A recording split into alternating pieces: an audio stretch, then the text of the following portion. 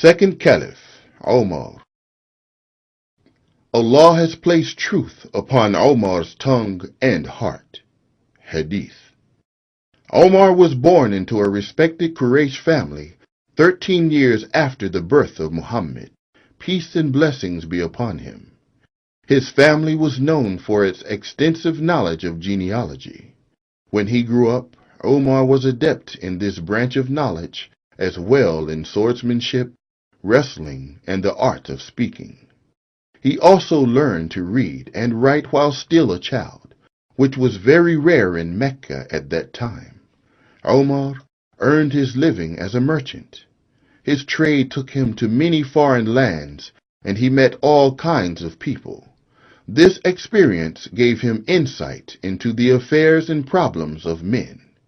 Omar's personality was dynamic, self-assertive, forthright, and straightforward. He always spoke whatever was on his mind, even if it was displeasing to others. Omar was 27 when the Prophet, peace and blessings be upon him, proclaimed his mission. The ideas Muhammad was preaching enraged him as much as it did the other notables of Mecca.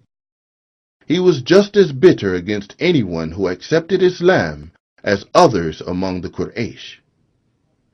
When his slave girl accepted Islam, he beat her until he himself was exhausted, and told her, "I have stopped because I am tired, not out of pity for you." The story of how he embraced Islam is truly wonderful. One day, full of anger against the Prophet, he drew his sword and set out to kill him. A friend met him on the way. When Omar told him what he planned to do, his friend informed him that Omar's own sister, Fatima, and her husband had accepted Islam. Omar went straight to his sister's house, where he found her reading pages of the Quran. He started to beat her mercilessly. Bruised and bleeding, she told her brother, "Omar, you can do whatever you like, but you cannot turn our hearts away from Islam." These words had a strange effect upon Omar.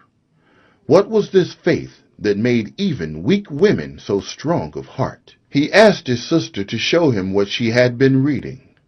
He was at once moved to the core of his being by the words of the Quran, and immediately comprehended the truth of the message. He went straight to the house where the Prophet was staying and pledged allegiance to him. He certainly had a change of heart. Omar made no secret of his acceptance of Islam. He gathered the Muslims and offered prayers at the Kaaba.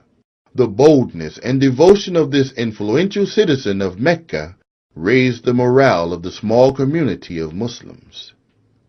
The soundness of Omar's judgment, his devotion to the Prophet, peace and blessings be upon him, his outspokenness and uprightness won him the trust and confidence of the Prophet, which was second only to that given to Abu Bakr.